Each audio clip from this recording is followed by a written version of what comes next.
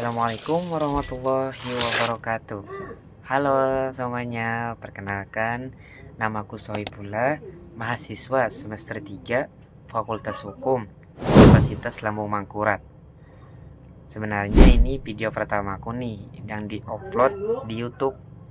Maka dari itu, dengarkanlah apa yang kusampaikan. Namun, tujuan pembuatan video ini bukan hanya sebatas untuk membahas terkait isu-isu hukum, namun hanya untuk sebagai tugas mata kuliah dari mata kuliah pemerintahan daerah. Maka dari itu, dengarkanlah pembahasanku, mohon simak, dan jika ada kritik dan saran bisa saja langsung di komen. Kalau kita melihat kondisi sosial dan hukum di Kalimantan Selatan, ada beberapa fenomena yang menurut saya menarik sekaligus cukup problematis. Fenomena-fenomena ini sebenarnya dekat dengan kehidupan sehari-hari masyarakat, tapi seringkali luput dari perhatian serius pemerintah daerah maupun pembuat kebijakan. Sebagai mahasiswa, hukum saya melihat persoalan-persoalan ini bukan hanya soal ketertiban, tetapi juga soal kepastian hukum, keadilan sosial, dan fungsi negara dalam mengatur kehidupan masyarakat. Fenomena pertama yang paling mudah kita temui adalah semakin maraknya petugas parkir dan yang biasa disebut paogah di berbagai wilayah Kalimantan Selatan, terutama di kota-kota seperti Banjarmasin dan Banjarbaru. Dalam beberapa tahun terakhir, jumlah mereka semakin meningkat dan tersebar hampir di setiap titik keramaian, mulai dari pasar, pusat perbelanjaan, sampai persimpangan jalan. Menurut saya, kemunculan mereka tidak bisa dilepaskan dari pertumbuhan kendaraan yang sangat cepat. Sementara kesiapan infrastruktur dan pengawasan pemerintah tidak berjalan seimbang. Jalan tidak bertambah lebar, lahan parkir terbatas, dan pengawasan dari Dinas Perhubungan juga tidak menjangkau semua wilayah. Kondisi ini menciptakan ruang kosong yang kemudian diisi oleh masyarakat yang melihat peluang ekonomi di sektor informal. Kalau kita perhatikan, peran mereka juga berbeda. Petugas parkir biasanya membantu mengatur kendaraan dan memberi rasa aman, meskipun tidak semuanya resmi. Sementara untuk paogah sendiri lebih banyak muncul di titik-titik rawan macet atau putar balik jalan, mengatur lalu lintas tanpa dasar hukum yang jelas. Mereka hadir karena kebutuhan nyata di lapangan, tapi secara hukum keberadaannya berada di wilayah abu-abu. Masalahnya, meskipun sudah ada peraturan daerah yang mengatur retribusi parkir, aturan tersebut belum menyentuh secara rinci soal parkir liar dan aktivitas paogah sendiri. Tidak ada kejelasan soal legalitas, pembinaan, maupun sanksi yang tegas. Akibatnya muncul berbagai persoalan seperti pungutan liar, gangguan lalu lintas, dan menurunnya kepercayaan masyarakat terhadap pemerintah. Menurut saya, solusi dari masalah ini tidak bisa hanya penertiban sesaat, tapi perlu pembenahan regulasi, pemetaan titik parkir, serta penyediaan alternatif penghidupan bagi masyarakat yang bergantung pada sektor ini. Masalah berikutnya yang tidak kalah penting adalah masih banyak aspek kehidupan masyarakat di Kalimantan Selatan yang belum diatur secara memadai melalui peraturan daerah. Kekosongan aturan dan tumpang tindih kebijakan seringkali membuat persoalan di lapangan tidak memiliki dasar hukum yang jelas. Akibatnya aparat daerah ragu bertindak dan masyarakat pun merasa tidak mendapatkan kepastian. Contoh nyata bisa kita lihat pada persoalan pedagang kaki lima. Sampai sekarang belum ada pengaturan yang benar-benar detail mengenai lokasi berjualan, pola pembinaan, serta mekanisme penertiban yang adil. Akibatnya konflik antara kebutuhan ekonomi masyarakat dan pemanfaatan ruang publik terus berulang. Pedagang kaki lima dianggap mengganggu ketertiban, sementara di sisi lain mereka hanya berusaha mencari nafkah karena tidak ada aturan yang jelas dan konsisten.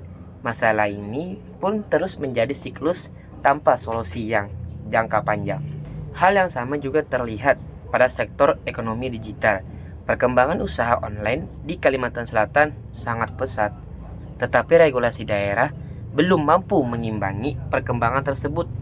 Belum ada aturan yang mengatur pendataan pelaku usaha digital, perlindungan konsumen, maupun kontribusi sektor ini terhadap pendapatan daerah. Padahal, jika diatur dengan baik, ekonomi digital bisa menjadi potensi besar bagi pembangunan daerah. Persoalan parkir liar juga kembali menunjukkan lemahnya aturan teknis di tingkat daerah. Walaupun retribusi parkir sudah memiliki dasar hukum, implementasinya di lapangan masih jauh dari tertib. Ditambah lagi dengan ketidaksinkronan dokumen tata ruang antara kabupaten atau kota dengan pemerintah provinsi, terutama terkait zonasi pemukiman, sempadan sungai, dan ruang terbuka hijau. Kondisi ini membuat kebijakan serta sering bertabrakan. Aparat bingung menindak dan pelayanan publik menjadi tidak optimal. Menurut saya, penyusunan peraturan daerah ke depan harus berbasis kajian sosial yang matang, melibatkan masyarakat, dan dilakukan dengan koordinasi yang kuat antar wilayah. Isu besar berikutnya adalah perubahan kewenangan di sektor pertambangan setelah berlakunya Undang-Undang Nomor 3 Tahun 2020. Undang-undang ini menarik hampir seluruh kewenangan strategis pertambangan ke pemerintah pusat, mulai dari perizinan, pengawasan, hingga pembinaan. Akibatnya, pemerintah daerah kehilangan peran penting dalam mengelola sumber daya alam di wilayahnya sendiri. Dari sudut pandang otomatis daerah, kebijakan ini terasa kurang sejalan dengan semangat desentralisasi. Daerah yang selama ini menanggung dampak lingkungan dan sosial dari aktivitas pertambangan justru memiliki kewenangan yang sangat terbatas. Secara hukum, daerah juga tidak bisa langsung menindak pelanggaran pertambangan.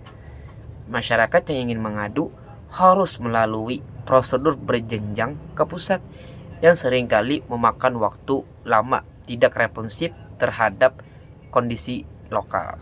Memang, sentralisasi memiliki kelebihan seperti penyamanan standar dan pengurangan izin bermasalah.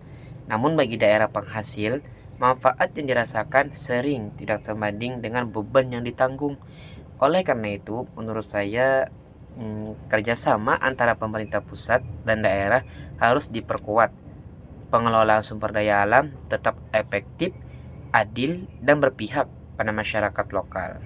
Isu terakhir yang bakalan kita bahas yang cukup ramai dibicarakan adalah soal dana pemerintah yang dianggap mengendap di bank.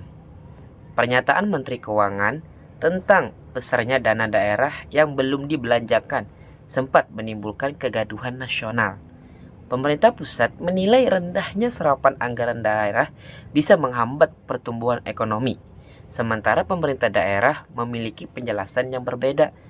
Banyak daerah menyebutkan bahwa lambatnya realisasi anggaran disebabkan oleh proses pengadaan yang panjang, kehati-hatian agar tidak melanggar aturan, serta sistem administrasi yang cukup rumit. Kalimantan Selatan, khususnya Banjarbaru, juga sempat disorot dalam isu ini. Pemerintah daerah menegaskan bahwa dana tersebut berada dalam kondisi pengelolaan yang normal sesuai siklus anggaran. Menurut saya, polemik ini menunjukkan lemahnya koordinasi dan komunikasi antara pemerintah pusat dan daerah. Ketidaksinkronan data dan pernyataan yang kurang hati-hati bisa menimbulkan persepsi keliru di masyarakat dan justru memperlambat roda ekonomi daerah. Kedepannya, sinkronisasi data antara pemerintah pusat, peraturan pemerintah daerah, Bank Indonesia, dan lembaga keuangan daerah menjadi hal yang sangat penting. Secara keseluruhan, keempat isu ini, mulai dari fenomena parkir dan paogah, kekosongan regulasi daerah, sentralisasi kewenangan pertambangan, hingga polemik dana daerah, menunjukkan kompleksitas tata kelola hukum dan pemerintah di Indonesia. Hukum tidak boleh hanya berhenti di teks peraturan, tetapi harus menjawab realitas sosial.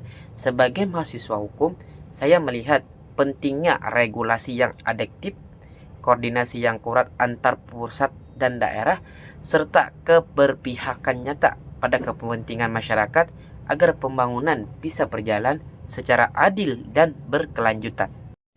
Nah, teman-teman, tadi kita sudah nih membahas keempat isu yang dimana ada fenomena parkir dan pogah di Kalimantan Selatan, juga kekosongan regulasi daerah yang di daerah Kalimantan Selatan juga. Lalu yang ketiga ada sentralisasi kewenangan mineral dan batu bara, hingga polemik daerah yang dimana dianggap mengendap nih oleh Kementerian Keuangan. Lalu juga kita akan membahas hal-hal yang menarik atau hal yang baru aja nih terjadi di Indonesia. Ada yang tahu? Yaitu bencana yang terjadi di daerah Aceh dan Sumatera pada tanggal 24 sampai 27 November 2025. Apa sih yang menariknya? Mari kita bahas dengan seksama. Kalau kita melihat bencana yang terjadi di Aceh dan beberapa wilayah di Sumatera, menurut saya persoalannya bukan cuma soal alam, tapi juga soal kesiapan sistem hukum dan pemerintahan dalam merespon bencana. Di lapangan, dampaknya jelas terasa, yaitu banjir, longsor, akses terputus, masyarakat mengungsi, dan pemerintah daerah bekerja dalam kondisi serba terbatas. Bahkan sampai ada bupati yang secara resmi menyatakan tidak sanggup menangani bencana di daerahnya sendiri. Itu menurut saya sudah menjadi sinyal kuat bahwa kapasitas daerah benar-benar terlampaui. Tapi di sisi lain, pemerintah pusat tidak menetapkan kondisi daerah tersebut sebagai bencana nasional. Kalau kita tarik ke aspek hukumnya, hal ini sebenarnya tidak lepas dari Undang-Undang Nomor 24 Tahun 2007 tentang penanggulangan bencana. Dalam undang-undang ini, penetapan bencana nasional tidak otomatis hanya karena daerah kewalahan. Ada kriteria yang dilihat, seperti seberapa wilayahnya itu luas yang terdampak, jumlah korban, tingkat kerusakan, serta dampak sosial dan ekonomi secara nasional. Jadi, meskipun daerah merasa tidak mampu, keputusan akhirnya tetap ada di tangan pemerintah pusat. Masalahnya, menurut saya sebagai mahasiswa hukum, pendekatan ini seringkali terlalu administratif. Di atas kertas mungkin kriterianya belum terpenuhi, tapi di lapangan masyarakat sudah sangat terlihat terdampaknya sangat jelas-jelas sekali. Ketika seorang bupati sampai menyatakan tidak sanggup, seharusnya itu menjadi pertimbangan. Pertimbangannya ini sangat serius bahwa bencana tersebut sudah berada di luar kemampuan daerah. Kalau hanya mengandalkan status formal, proses bantuan bisa saja jadi terlambat dan tidak maksimal. Apalagi tidak ditetapkannya status bencana nasional juga berdampak langsung pada pola penanganan. Tanggung jawab utama tetap dibebankan ke pemerintah daerah. Namun, pemerintah pusat hanya membantu saja secara terbatas melalui Badan Nasional Penanggulangan Bencana atau kementerian terkait. Padahal kemampuan fiskal dan sumber daya tiap daerah itu berbeda-beda. Daerah seperti Aceh atau wilayah terpencil di Sumatera tentu tidak bisa disamakan dengan daerah yang infrastrukturnya yang sudah kuat. Menurut saya, kedepannya nih perlunya ada pembenahan dalam sistem hukum kebencanaan kita ini. Pemerintah pusat seharusnya punya mekanisme intervensi yang lebih fleksibel. Artinya apa? Meskipun tidak ditetapkan sebagai bencana nasional, pusat tetap bisa turun lebih besar ketika daerah sudah menyatakan tidak mampu. Selain itu, kapasitas pemerintah daerah juga harus diperkuat, bukan hanya saat terjadi bencana nasional atau terjadi bencana-bencana yang kecil-kecilan, tapi sejak tahap mitigasi dan kesiapsiagaan. Sebagai penutup, saya melihat bahwa bencana di Aceh dan Sumatera ini menjadi cerminan bahwa hukum tidak boleh hanya dilihat dari teks undang-undang, tetapi juga dari realitas sosial di lapangan. Hukum seharusnya hadir untuk melindungi masyarakat, terutama dalam kondisi darurat. Jadi, penanganan bencana ke depan perlu responsif, aktif, dan berpihak pada keselamatan masyarakat, bukan semata-mata terpaku pada status administratif. Apalagi yang seperti kita ketahui bahwa bencana ini sudah banyak memakan korban. Apa sih untungnya jika tidak ditetapkannya bencana nasional? Padahal itu sudah sangat jelas terdampak banget gitu loh. Apa sih yang harus diolah atau bisa ditetapkan sebagai bencana nasional? Padahal sudah sangat jelas sekali sih pada hal itu. Jadi ya menurut aku ya sepertinya itu harus ditetapkan, karena yang namanya bencana nasional pasti di daerah-daerah besar seperti Aceh, Sumatera. Kalau ya tidak ditetapkan, maka sayang sekali, kasihan daerah-daerah di sana tidak dapat bantuan secara maksimal, penanganan lambat, pembangunan renovasi lagi terlambat juga. Maka dari itu seharusnya lah pemerintah harus bijak-bijak menetapkan bencana tersebut, karena ini daerah kita juga gitu loh. Maka berakhirlah sesi kita pemaparan pembahasan ini. Ya saya harap teman-teman bisa memahami nih pembahasan dari saya, walaupun sedikit gugup ya, karena saya ngomongnya agak terlalu, ada yang cepat, ada yang lambat, jadi mohon dimaklumi. Maka dari itu saya Soipullah pamit undur diri. Assalamualaikum warahmatullahi wabarakatuh.